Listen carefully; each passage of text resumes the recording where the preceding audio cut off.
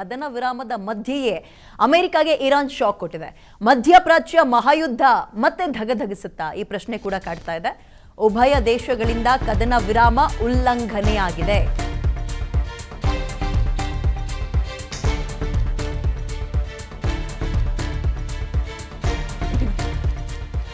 ದೊಡ್ಡಣ್ಣನ power, ಇರಾನ್ನ ಪ್ರತೀಕಾರ, ಯುದ್ಧ ಹಾಗಾದ್ರೆ ಶುರುನಾ?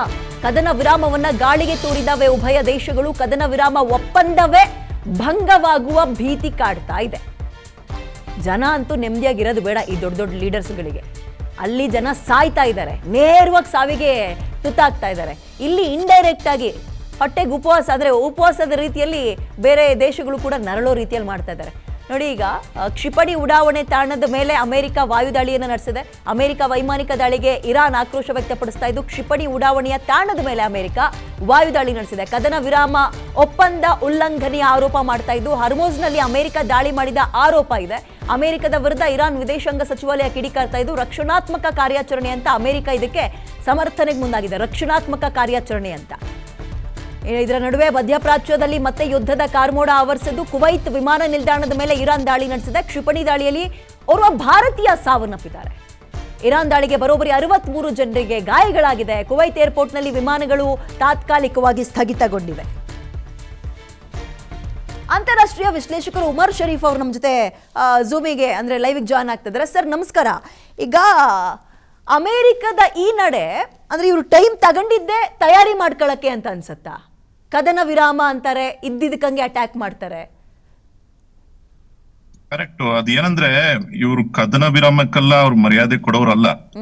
ಅವ್ರಿಗಂತ ಒಂದು ಗುರಿ ಇದೆ, ಒಂದು ರೀತಿಯಲ್ಲಿ ಕಂಟ್ರೋಲ್ ಮಾಡ್ಕೊಳ್ಬೇಕು, ಕಂಪ್ಲೀಟ್ ಆಗಿ ವರ್ಲ್ಡ್ ಪವರ್ ಆಗಿ ನಾವ್ ಯಾವತ್ತಿಗೂ ನಾವೇ ಉಳಿಬೇಕಂತ ಆ ಒಂದು ಉದ್ದೇಶ ಪೂರ್ವಕವಾಗಿ ಎಲ್ಲ ಕೆಲಸ ಮಾಡ್ತಾ ಇದಾರೆ. ನೋಡಿ, ಈ ಯುದ್ಧವನ್ನು ಶುರು ಮಾಡಿದ್ದೇ ತಪ್ಪಾಗಿತ್ತು. ಈ ಯುದ್ಧವನ್ನು ಶುರು ಮಾಡಿದ್ದಕ್ಕೆ ಇವತ್ತವರೆಗೂ ಕಾರಣ ಕೊಡಕ್ಕಾಗ್ಲಿಲ್ಲ.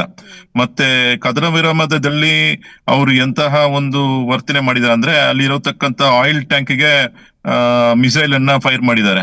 ಇಲ್ಲಿ ಹೊರ್ಮೋಸ್ ನಲ್ಲಿ ಇರತಕ್ಕಂತಹ ಕ್ಷೇಮ ಅಂತ ಒಂದು ಜಾಗ ಇದೆ, ಅಲ್ಲಿ ಐಲ್ಯಾಂಡ್ ಆಫ್ ಕ್ಷೇಮನಲ್ಲಿ ಅವರು ಒಂದು ಆಯಿಲ್ ಟ್ಯಾಂಕ್ಗೆ ಅಟ್ಯಾಕ್ ಮಾಡಿದ್ದಾರೆ. ಅದರ ನಂತರ ಇವ್ರೇನ್ ಮಾಡಿದ್ದಾರೆ, ನಿಮ್ಮ military base, American military base ಎಲ್ಲೆಲ್ಲ ಇದೆಯೋ ಅಲ್ಲಿ ನಾವು ಅಟ್ಯಾಕ್ ಮಾಡ್ತೀವಿ ಅಂತ ಶುರು ಮಾಡಿದ್ದಾರೆ. ಕುವೈತ್ ಅನ್ನ ಅಟ್ಯಾಕ್ ಮಾಡಿದ್ದಾರೆ, ಅದರ ನಂತರ ಬಹರೇನ್ ಅನ್ನ ಅಟ್ಯಾಕ್ ಮಾಡಿದ್ದಾರೆ. ಇನ್ನು ಮುಂದೆ UAE ಅವ್ರು ಅಟ್ಯಾಕ್ ಮಾಡಿದ್ರು ಅಂತ ಇವ್ರ ಪ್ರತಿದಾಳಿ, ಇವ್ರು ಮಾಡಿದ್ರು ಅಂತ ಅವ್ರು ಮುಂದುವರ್ಸೋದು.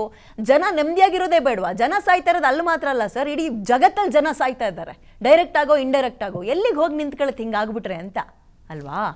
ಅದೇ ಎಷ್ಟು ನಾವೆಲ್ಲರೂ ಇಲ್ಲಿ ಭಾರತೀಯರು ಬಂದು ಬೇಡ್ಕೊಳ್ತಿದೀವೋ, ಈ ವಿರಾಮ ಅಂತಿಲ್ಲ, ಇವತ್ತಿಗೂ ಯುದ್ಧವೇ ಬೇಡ ಅಂತ ಹೇಳ್ಕೊಳ್ತಿದ್ವಿ. ನಾವೆಲ್ಲರೂ ಪ್ರಾರ್ಥನೆ ಮಾಡ್ತಿರೋದು ಯಾಕಂತ ಹೇಳಿದ್ರೆ, ಅಲ್ಲೆಲ್ಲೋ ಒಂದ್ ಕಡೆ ಯುದ್ಧ ಮಾಡಿದ್ರೆ ಇಲ್ಲಿ ಪಾಪ ಇಲ್ಲಿರೋರಿಗೆ ಕಷ್ಟ ಆಗ್ತಿದೆ.